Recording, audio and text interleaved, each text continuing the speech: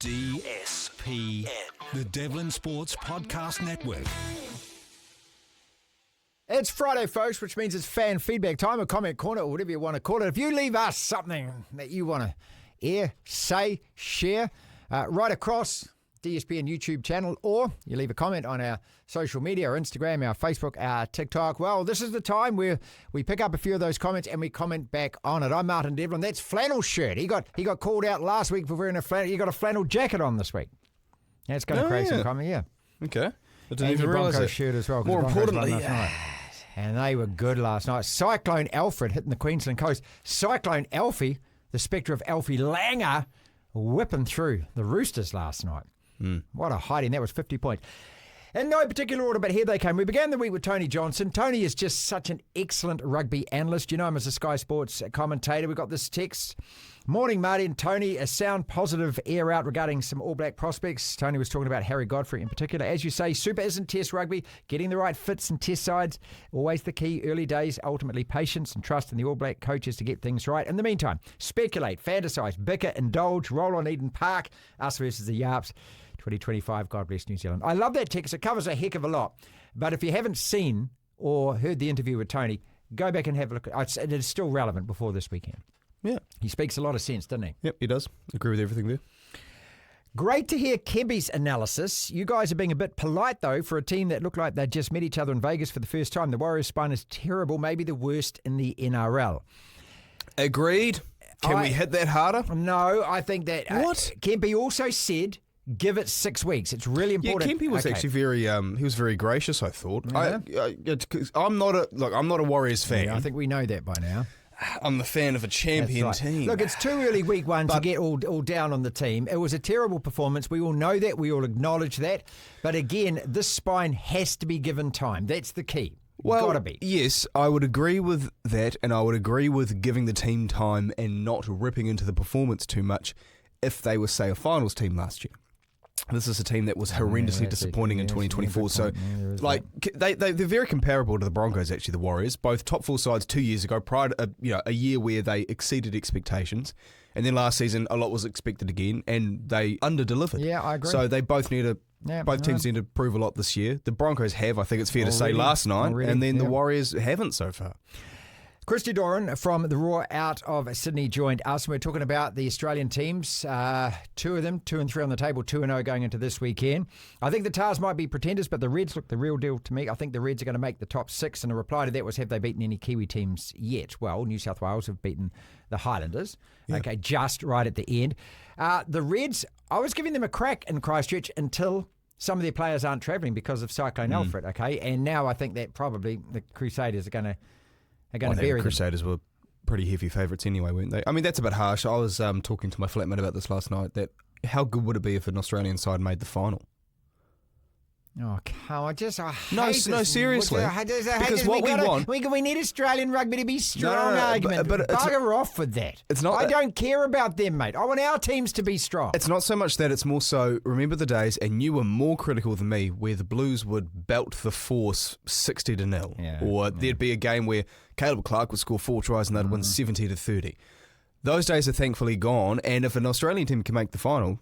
Geez, it would hammer home more so that those days are gone. It would do is it would give the competition the rev it needs over that side. Australian rugby can look after themselves. We've got enough problems here in New Zealand, okay, to watch out for. Well, that better competition breeds better talent and better teams here in New Zealand, doesn't it? Back to the league. This is absurd that RTS is wasted on the wing. He needs to go to fullback. It's where he plays his best footy. He's in open space, can run the ball to the line, and you can read this text in front of me. But just on RTS, I absolutely agree. And it's nothing against Chance, but I just think that guy, when he's got 200 metres on the ground, put him at fullback, because on the wing we've got 2 wingers who aren't really big, strong ball-running return wingers. Like Dallin was, he'd take up some of what the forwards would want, and so would Montoya.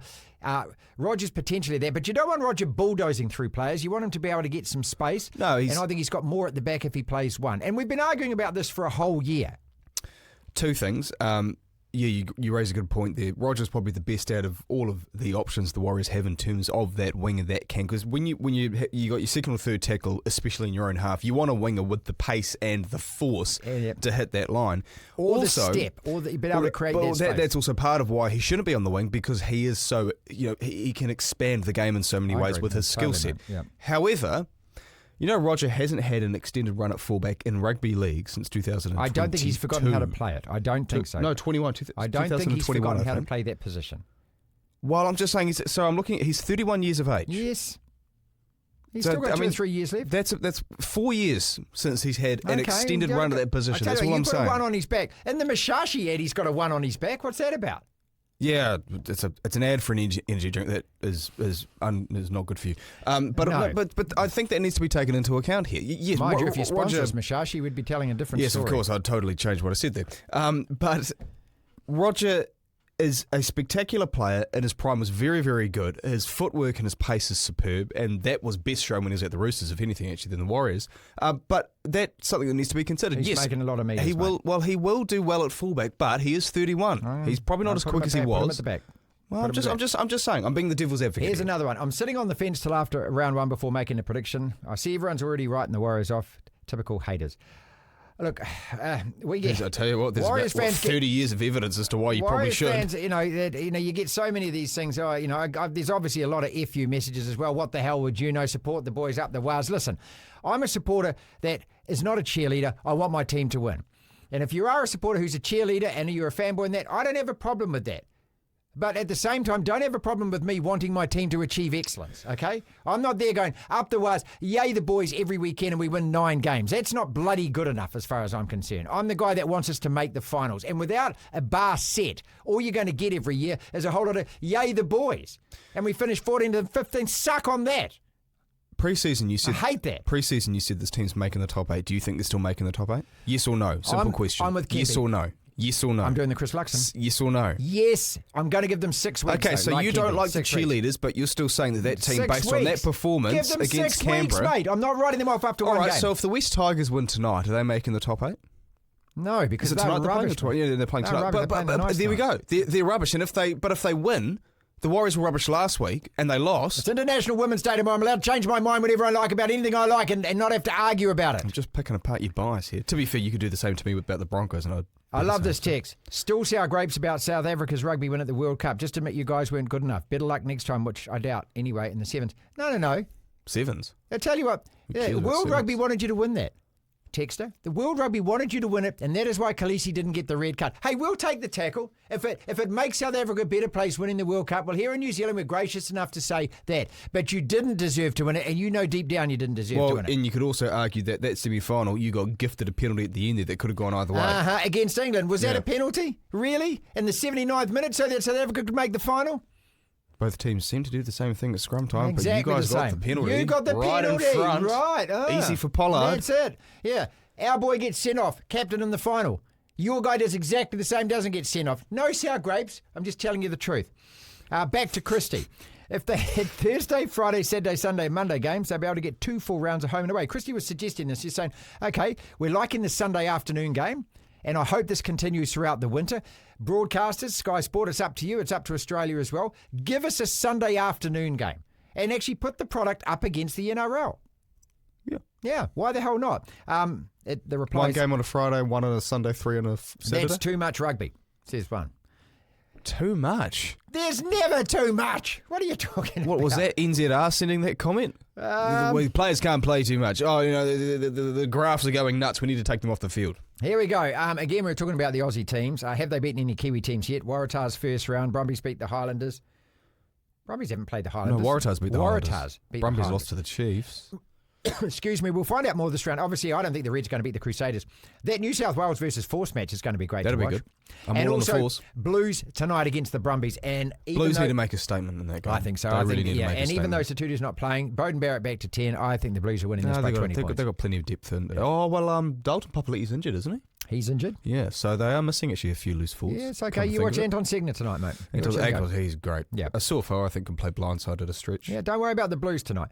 Yeah. Champions Trophy cricket. And this was before we played South Africa in the semi-final. Ration to continue his phenomenal ICC run and score big in the next 2 games. You got it bang on. Yeah. Call it bang on. So well done to you, Duncan. Added by Kane, Conway, Young and Phillips. Come on, the Black Caps. We are playing this tournament really well. And I know that India are the favourites and they're stuck in Dubai, but I think we've given ourselves the best chance probably ever in a one-day tournament. You go back to 2019, and Lachlan, you mentioned this, and everyone forgets it. We would have got beaten by India in the semi-final if it wasn't the rain delay, okay, over 2 days. In 2015, we would have and should have got beaten by South Africa in the semi-final if it wasn't for the rain delay. We've earned our final place on this by playing excellent cricket on absolute merit. Yeah. Absolute merit. Our batters are in form, bowlers are in form. Yeah. Agreed. I don't want to jinx it. Agreed. But I'm feeling it. And finally, my telly's broken, Martin. Can I watch it at your place? Chris Blockley.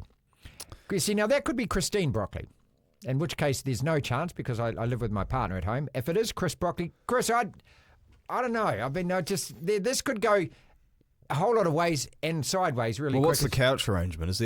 Do you have the food between you on the couch, or are you sitting right next to each other? It's at 10 at night till early in the morning on a Sunday. We don't know each other, and she's going to think, well, who's your new friend? Yeah. What's going on here? And yeah. Especially if you slide the Yeah, door. so, yeah, probably not this time or the other time.